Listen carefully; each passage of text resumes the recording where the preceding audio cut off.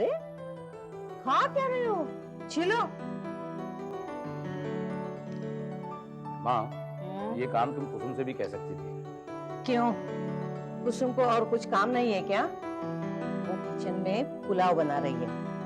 सुधीर और निम्मी मुकुल को लेकर एसलवर्ड जा रहे हैं। साथ में खाना भी लेकर जाएंगे। मालूम है, मालूम है। लेकिन ये मटर के दानों का क्या करोगे तुम? मुकुल को मटर पनीर पसंद है ना? तुम बनाओगी? क्यों? मैं नहीं बना सकती? नहीं नहीं, बहुत अच्छा बनाओगी माँ, लेकिन तुम किचन में खड़ी रह के मटर पनीर बनाओगी? मेरी तबीयत कुछ नहीं होगा। जब से मुकुल आया है ना, मेरी सारी बीमारियां दूर हो गई हैं। तुम चिंता मत करो।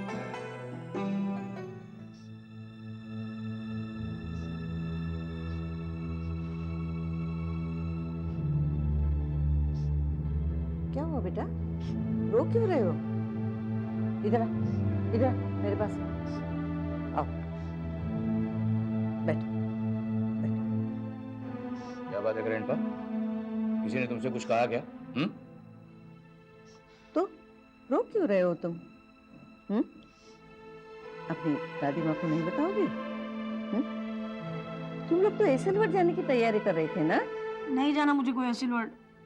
नहीं जाना है एसलवर्ड? हाँ भैया, अचानक तुम्हारा मूड क्यों खराब हो गया? मूड मेरा नहीं, मम्मी पापा का खराब हुआ है। मुझे वहाँ कौन लेकर जाएगा, इस बात पर उन लोग का झगड़ा चल रहा है। ओहो, तो इसका मतलब अंदर गरम गरम हवा चल रही है।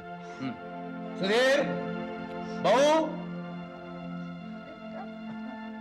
खाम का सीरियस हो गए? तुम्हारे मम्मी पापा तो समझे वाली बात है। हाँ? आपने बुलाया डैडी? हाँ, हाँ तुम पूछो उससे। सुधीर, ये मैं क्या सुन रही हूँ? मुकुल एसलवर्ड जाने से क्यों इनकार कर रहा है?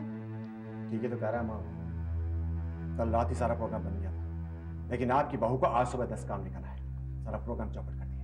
ये जानते हुए भी कि मुकुल थोड़े दिनों के लिए घर आया है। कमाल करते हो यार। हाँ, तुम लोग मेरे दोस्त को एसलवर्ड तक लेके नहीं जा सकते? हाँ? मुझसे क्या पूछ रहे हैं आप? निम्मी से पूछिए। मैं पूछती हूँ उसे, कहाँ है बहू? बहू, बहू! मैं आ गई हूँ दादी माँ। आप ही मुझे डांटिए, इल्जाम लगाइए कि मुकुल के लिए मेरे पास वक्त ही नहीं। तुम बीच में मत बोलो। देखो, कोई किसी पर इल्जाम नहीं लगा रहा है, कोई किसी से नहीं रूठेगा, और आज कोई भी काम पर नहीं जाएगा, ये मेरा हुक्म है। आपका मतलब है हम एसलवर्ड जाएंगे और मुकुल के साथ खेलेंगे, कूदेंगे और झूला झूलेंगे? बिल्कुल।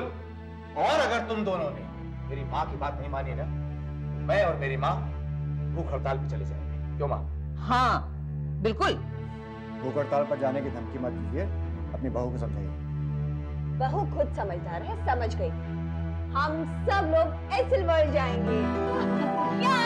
एसलवर्ड में रहूंगा मैं, घर नहीं जाऊंगा मैं। हेलो, हाँ जैन साहब, हाँ आप ऑफिस पहुंच जाइए, मैं 15 मिनट में पहुंच जाऊंगा। वो मुझे इंश्योरेंस एजेंट का इंतजार है जरा बस। हाँ हाँ हो जाएगा, बेफिक्र रहिए। जी हाँ जी हाँ, ठीक है। जहीर साहब, मैं अंदर आ सकता हूँ? आइए चंपक भाई, अंदर तो आप आ ही चुके हैं, लेकिन 15 मिनट लेट आए। सॉरी जहीर साहब। बैठिए। सड़कों की हालत तो आजकल इतनी खराब हो गई साहब, 15 मिनट के डिस्टेंस के लिए पूरा 1 घंटा लगता है। मुझे तो लगता है बिना इंश्योरेंस आदमी ने घर के बाहर कदम ही नहीं रखना चाहिए। मतलब सड़कों का खराब होना आपके बिजनेस के लिए फायदेमंद है। बहुत अच्छा मजाक कर लेते सर। चलिए मजाक तो हो गया, काम की बातें करें। अच्छा, आपकी, भाभी जी की और बेबी की लाइफ इंश्योरेंस की पॉलिसी बराबर चल रही है। अगले महीने आपकी मेडिक्लेम की पॉलिसी और लाइमस्टोन वाली पॉलिसी खत्म हो जाएगी। ये फॉर्म मैंने भर दिया है, अभी आप इस पे सिग्नेचर कर लीजिए। लाइए। हर बार की तरह इस बार भी आपका कोई क्लेम नहीं है। दुआ कीजिए कि कभी कोई क्लेम ना हो, आपकी कंपनी का भी फायदा और हमारा भी फायदा। क्या खरी बात की है साहब आपने, मगर एक बात बोलूं, पिछले 6 सालों से मैं आप तीनों का नाम फॉर्म में लिख रहा हूँ, आपका, भाभी जी का और बेबी का। तो आप चाहते क्या? मेरा मतलब यह है जहीर साहब, आपके घर में अब बाबा आना चाहिए ना। कुछ भी बोलो, वंश तो बेटे से ही आगे बढ़ता है ना।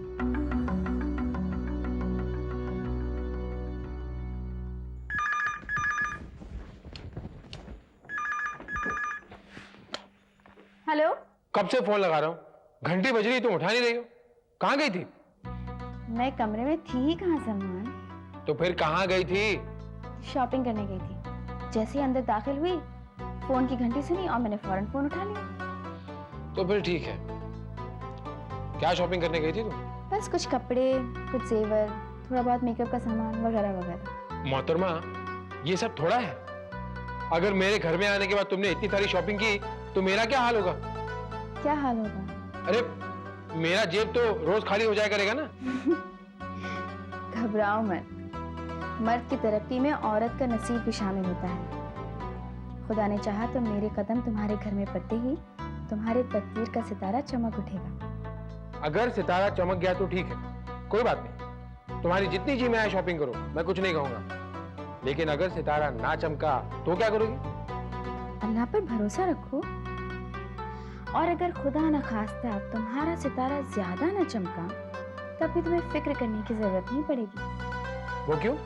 क्योंकि जो लड़की अपने महबूब से सच्चे दिल से प्यार करती है वो उसके मिजाज और आमदनी के मुताबिक अपने आप को ढाल लेती है।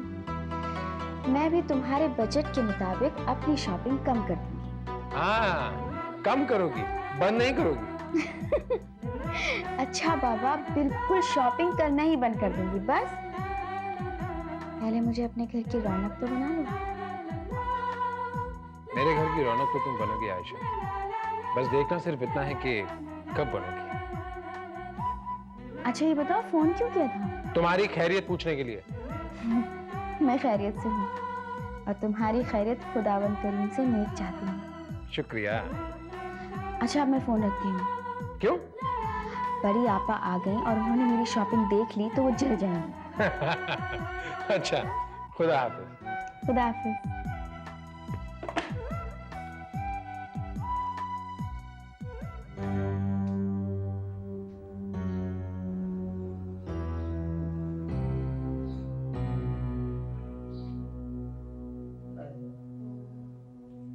किन ख्यालों में गुम हो भाई? क्या सोच रहे हो? कुछ नहीं आपा, बस यूं ही। मैं समझी। बीमा वाले की बातों ने तुम्हें सोचने पर मजबूर कर दिया।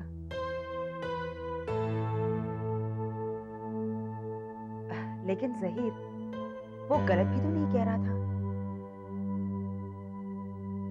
बहुत अरसा गुजर गया है, अब तो बहू बेगम की गोद भरनी चाहिए, है ना? जब अल्लाह की मर्जी होगी भर जाएगी आपा। सबकी अपनी अपनी तकदीर है। तकदीर बदलने के लिए तदबीर भी करनी पड़ती है। मेरे भाई, मैं अक्सर यही सोचती हूँ किस तरह तुमने दिन रात मेहनत करके दौलत का इतना बड़ा अंबार खड़ा किया, दिन को दिन और रात को रात नहीं समझा। अल्लाह मियां ने तुम्हारी इस मेहनत का भरपूर सिला दिया है। बस एक की कमी रह गई। कमी लफ्ज का इस्तेमाल करके आप उस परवरदिगार की नवाजिशों पर एक सवालिया निशान लगा रही हैं आपा। उसकी रहमतों का दरिया बहुत वसीम है, आप फिक्र क्यों करती हैं? फिक्र क्यों ना करूं? अगर आज अबू बाहयात होते तो क्या उन्हें अपने पोते को अपने गोद में उठाने का अरमान नहीं होता? अपने खानदान की बेल को धीरे धीरे आगे बढ़ते हुए कौन नहीं देखना चाहता? आपकी हर बात दुरुस्त है आपा। आप दुआ कीजिए कि खुदा खैर करे, दुआएं मांग मांग कर मेरी जबान पर छाले पड़ गए। अगर बुरा न मानो तो एक बात कहूं। आपकी किसी बात का कभी किसी ने बुरा माना है क्या? इस बात का एहसास बहू बेगम को जरा भी नहीं है ज़हीर।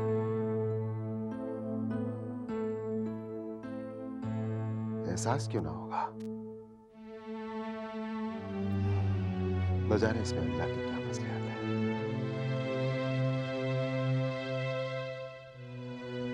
खुदा खैर करे, आस का दामन कभी मत छोड़ना।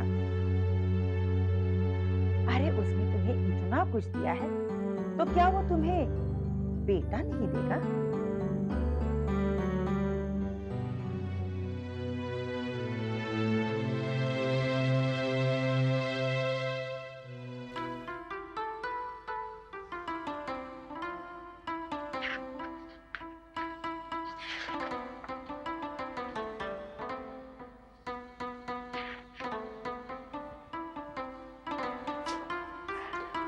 देखिए, नाज को अभी से इस छोटी सी उम्र में रंगों की कितनी समझ है। इस उगते हुए सूरज को कितनी खूबसूरती से रंगा है उसने। सब अपनी अपनी समझ की बात है नसरीन। तुम्हें रंगों की समझ है, इसलिए तुम्हें ये पेंटिंग खूबसूरत नजर आ रही है, वरना किसी और के लिए तो ये किसी बच्चे की खींची गई आड़ी टेढ़ी लकीरों के सिवा कुछ भी नहीं है।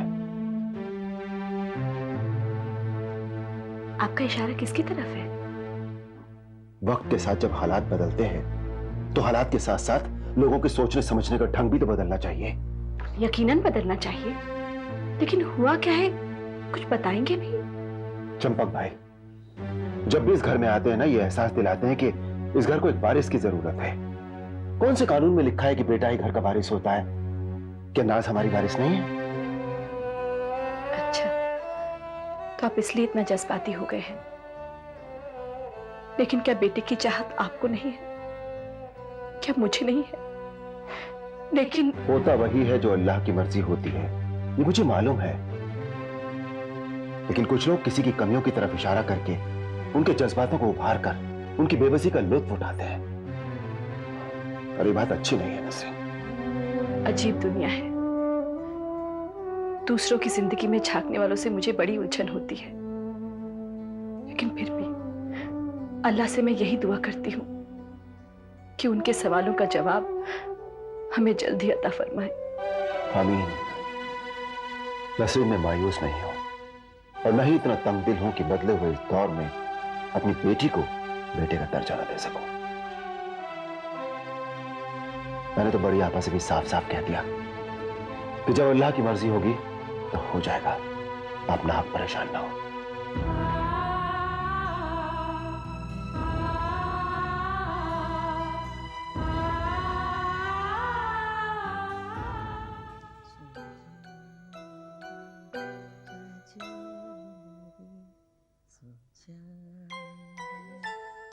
दादी माँ, हाँ? मुझे कोई कहानी सुनाइए ना। मुझे कहाँ कहानी वानी आती है? अरे दादी माँ, पहले तो आप मुझे कितनी कहानियां सुनाती थी ना, भूल गई आप? मैं आपसे कहानी सुनकर ही रहूंगा। अच्छा ठीक है, सुनो। हाँ, एक था राजा और एक थी रानी। अरे दादी माँ, ये कैसी कहानी है? क्यों? आजकल ये कहानी थोड़ी ना चलती है, कोई मॉडर्न कहानी सुनाइए ना प्लीज। मॉडर्न? ये मॉडर्न कहानी क्या होती है? दादी माँ, जैसे कि बैटमैन या तो फिर सुपरमैन। अरे बेटे, मैं क्या जानूं इनके बारे में? अच्छा ठीक है दादी माँ, हाँ। मैं आपको ये कहानी सुनाता हूँ। अच्छा। एक था सुपरमैन और उसके मुकुल, तुम यहाँ बैठे हो? आओ तो मैं कमरे में ढूंढ कर आया। चलो बेटा, दूध पी लो। नहीं पापा, पहले मैं दादी माँ को सुपरमैन की कहानी सुनाऊंगा और फिर ही दूध पीऊंगा। कहानी बाद में सुना लेना, पहले दूध पियो। नहीं, अरे पापा ये क्या है? हॉस्टल में तो मैं 10:30 बजे दूध पीता हूँ और अभी तो सिर्फ 10 ही बजे पापा। तो क्या हुआ? देखो, जल्दी से दूध पियो और सोने चलो। नहीं, आज तो मैं मेरी दादी माँ के पास सोऊंगा। नहीं, इसका मतलब तो ये हुआ तुम आज रात भर दादी माँ को परेशान करोगे। और क्या? देखो, दादी माँ की तबीयत ठीक नहीं है, तो दवा खाना चाहिए। नहीं पापा, मैं दादी माँ के पास सोऊंगा। नहीं बेटा, चलो दूध पियो। जिद मत करो, दूध पियो, मैंने कहा ना। नहीं ना। मुकुल, अरे वाह भाई, ये क्या हंगामा हो रहा है? हाँ? अब देखिए ना डैडी, मुकुल एक तो दूध नहीं पी रहा है, ऊपर से दादी माँ को परेशान कर रहा है, उन्हें सोने नहीं दे रहा। क्या मुकुल बेटे, ये सब क्या हो रहा है? हाँ? आज मुझे मेरी दादी माँ के पास सोना है और उनको सुपरमैन की कहानी भी सुनानी है। बहुत होगी तुम्हारी सुपरमैन की कहानी। चलो सोने दो ना सुधीर, सोने दो इसे आज मेरे पास। मैं भी देखूं सुपरमैन क्या होता है। सुधीर, अरे सोने देना बेटा इसको अपनी दादी के पास। ठीक है, देख रहा हूँ छुट्टियों में आके बहुत बिगड़ चुका है। चलो हाँ। शुरू करो अपनी कहानी अब। हाँ। एक होता है सुपरमैन, उसके पास होता है सुपर पावर जिससे वो सबको मार सकता है। बहुत स्ट्रांग होता है वो।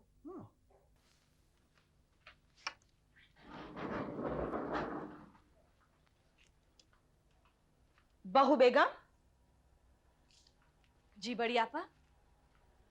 तुम क्या मेरे भाई को खुश नहीं देखना चाहती? ऐसा क्यों कह रही हैं आप? मैं क्यों नहीं खुश देखना चाहूंगी उन्हें? आखिर बीवी हूं मैं उनकी। बीवी?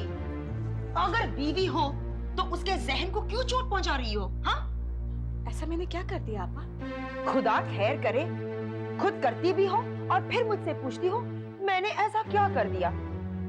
आप बताइए तो सही, बात क्या है? वो 2 टके का LIC का आदमी जहीर मियाँ को कैसे कैसे ताने मार कर गया। कैसे ताने बड़ी आप? अरे कह रहा था इतनी बड़ी जायदाद को संभालने वाला भी तो कोई चाहिए। आपा कभी कभी आपकी बातें मेरी समझ से बिल्कुल बाहर होती हैं। खुदा खैर करे, जो बात खुद ब खुद समझ में आ जानी चाहिए वो तो तुम समझती नहीं हो, और जो बात नहीं समझनी चाहिए वो तो तुम एकदम समझ जाती हो। आप पहले ना बुझाइए, जो कुछ कहना है साफ साफ कहिए ना। 9 साल हो गए नाज को पैदा हो, उसके बाद किसी नन्हे मुन्ने की आने की उम्मीद ही नहीं। आजकल की औरतें अपने जिस्म की निखार को बरकरार रखने के लिए औलाद नहीं चाहती। कहीं तुम औलाद न पैदा करने के लिए कोई दवाई तो नहीं दे रही हो ना? आप ये क्या कह रही हैं आप? मैं तो खुद चाहती हूँ कि नाज के साथ खेलने के लिए कोई छोटा सा भाई हो इसका। तो मैं क्या करूं? कर क्यों नहीं सकती? नमाज पढ़ के अल्लाह मियाँ से दुआ तो मांग सकती हो। जब बंदे गिड़गिड़ाकर अल्लाह मियाँ से दुआ मांगते हैं तो वो उनकी दुआएं जरूर सुनता है। आपको क्या मालूम मैं अल्लाह से कितनी दुआएं मांगती हूँ, लेकिन वो सुनता ही नहीं, तो मैं क्या करूं? खुदा खैर करे, अब तो तुम अल्लाह मियाँ पर भी इल्जाम लगाने लगी कि वो बंदों की नहीं सुनता। अगर तुमने सच्चे दिल से दुआ मांगी होती तो वो तुम्हारी दुआ भी सुनता और फिर उसे पूरी भी करता। अब्बा, अब तो ये अल्लाह ही जान सकता है कि मैंने दुआएं सच्चे दिल से मांगी है या ऊपरी दिल से। जब नसीब में ही नहीं है तो मैं क्या करूं? मेरे नसीब में तो सिर्फ ताने लिखे हैं जो रोज मुझे मिलते हैं। अच्छा, तो अब मेरी बातें तुम्हें ताने लगते हैं? समझाने की बात कहो तो बुरा लगता है। बड़ों की बातों पर अमल करने के बजाय उल्टा जबान दराजी करती हो। बहुत जबान चलने लगी है तुम्हारी। आपा, मेरी क्या मजाल के मैं आपसे जबान दराजी करूं। आप जो सवाल पूछती हैं मैं उसका जवाब दे देती हूँ, वरना मैं तो हाँ, तुम तो मुझसे बात भी नहीं करना चाहती। सब समझती हूँ मैं। पहले दिन से मैं खटकने लगी हूँ तुम्हें। सिर्फ दिखावे के लिए बड़ी आपा कहती फिरती हो। पता नहीं दिन में कितनी गालियां देती हो। आने दो जहीर मियाँ को, आज मैं उनसे जरूर कहूंगी कि बहू बेगम मुझसे बात नहीं करना चाहती, फिर क्यों जबरदस्ती मुझे इस घर में रहने को कहा। पता नहीं जहीर मियाँ ने तुम्हें क्या देखा कि बिना सोचे समझे तुम्हें ब्याह कर इस घर में ले आए।